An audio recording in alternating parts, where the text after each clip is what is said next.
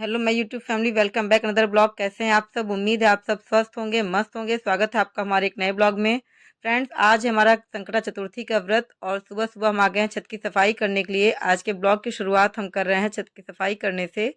और आज पूजा की पूरी तैयारी का हमारा ये ब्लॉग है, कैसे कैसे हमारे यहाँ संकटा चतुर्थी के व्रत में पूजा की तैयारी की जाती है, थाली लगाते हैं, प्रसाद बनाते हैं, इसी सब का ब्लॉग है। तो सबसे पहले हम आगे छत की धुलाई करने, क्योंकि हमें शाम को चंद्रमा को देख के छत पे पूजा करनी है, तो छत को धुलना ज़रूरी था। वैसे छत साफ़ थी, लेकिन फिर भी पूजा पाठ में साफ़ करना ज़रूरी हो जाता है, इसलिए हम आ गए छत को साफ़ करने के लिए। और छत को साफ़ करके तब नीचे चलेंगे, उसके बाद दूसरा कोई काम करेंगे।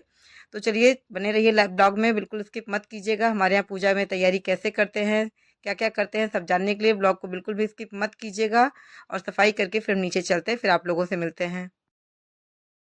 फ्रेंड्स, हम छत की सफाई करके नीचे आ गए हैं और अब हम पूजा के लिए तिल साफ़ कर रहे हैं। काले तिल से हमारे यहाँ पूजा होती है, तो सबसे पहले इसको अच्छे से धुल लेंगे। इसीलिए हम छत को साफ़ करके आए हैं कि तिल भी हमें सुखाना था, हमने पहले छत को धुल लिया।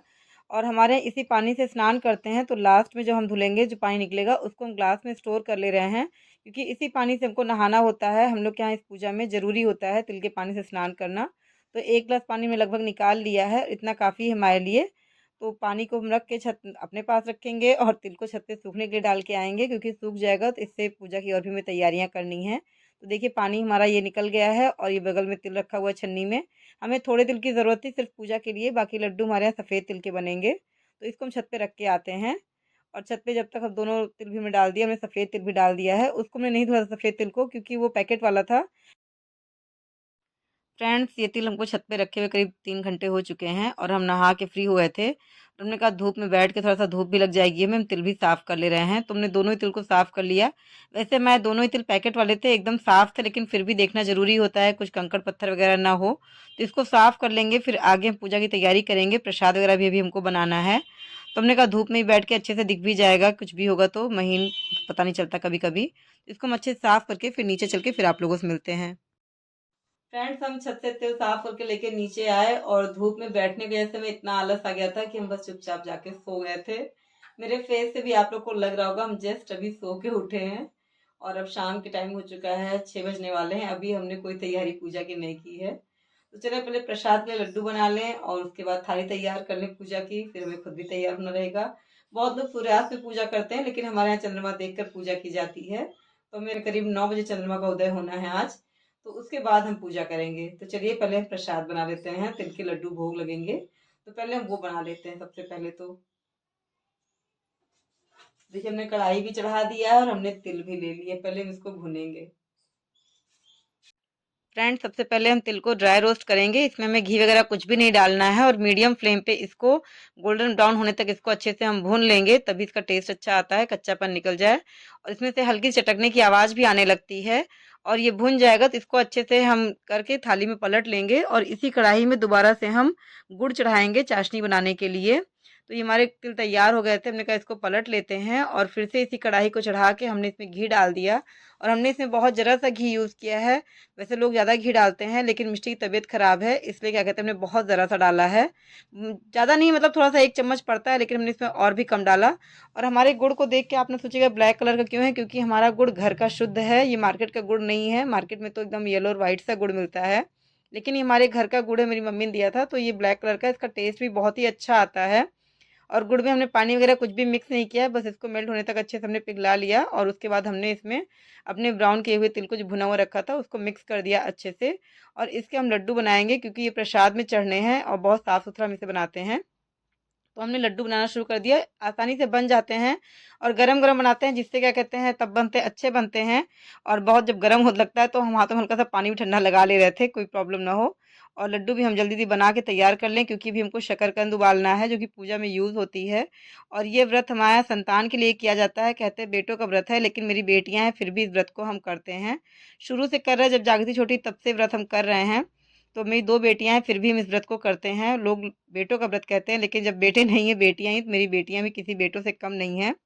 तो ऐसे लड्डू हमने बना लिया है। फ्रेंड्स, हमारे लड्डू बनके तैयार हो गए हैं, अब हम पूजा की बाकी सारी तैयारी शुरू करेंगे। फ्रेंड्स, हमारे शकरकंद उबल गए हैं एकदम अच्छे से, इसको हम निकाल ले रहे हैं, क्योंकि हमें पूजा में भी चढ़ेगी और हमें खाना भी है, तो इसको हम निकाल लेते हैं पहले।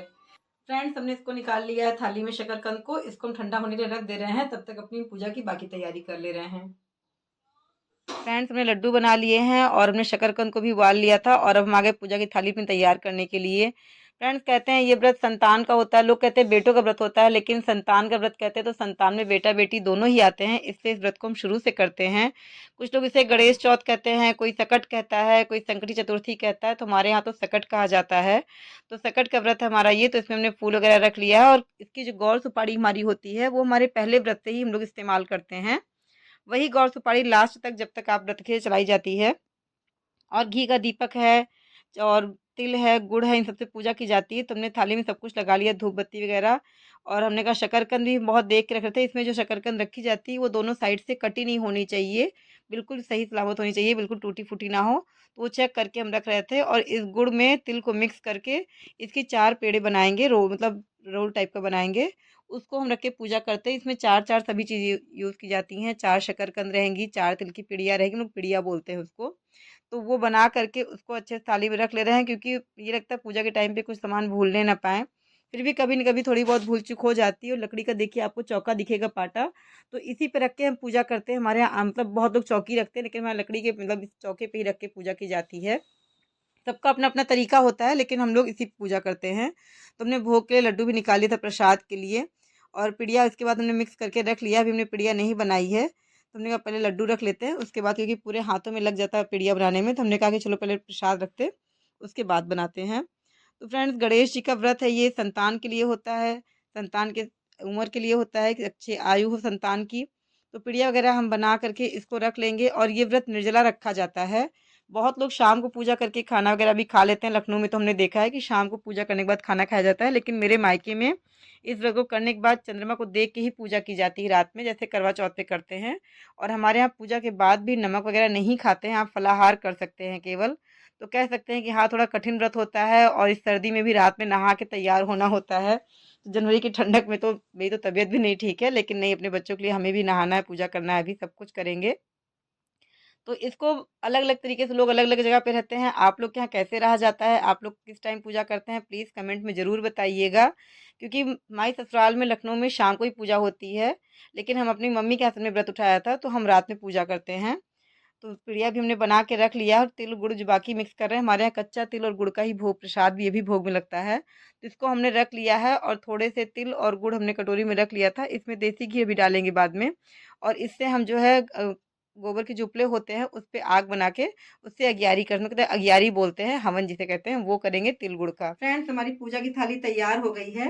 अब हमें खुद को तैयार करना है और इसके बाद क्या कहते हैं, अब खाना पीना भी सबका देखना है। तो इस ब्लॉग को हम यहीं पे एंड करते हैं, नहीं तो ब्लॉग बहुत ज़्यादा लंबा हो जाएगा अगर हम पूजा को भी इसी में ऐड करेंगे। तो पूजा का ब्लॉग आपको नेक्स्ट ब्लॉग में देखने के लिए मिलेगा। अगर आपको हमारी वीडियो अच्छी लगी तो प्लीज़ लाइक, कमेंट और शेयर कीजिएगा। मिलते हैं आपसे नेक्स्ट ब्लॉग में, तब तक के लिए बाय बाय।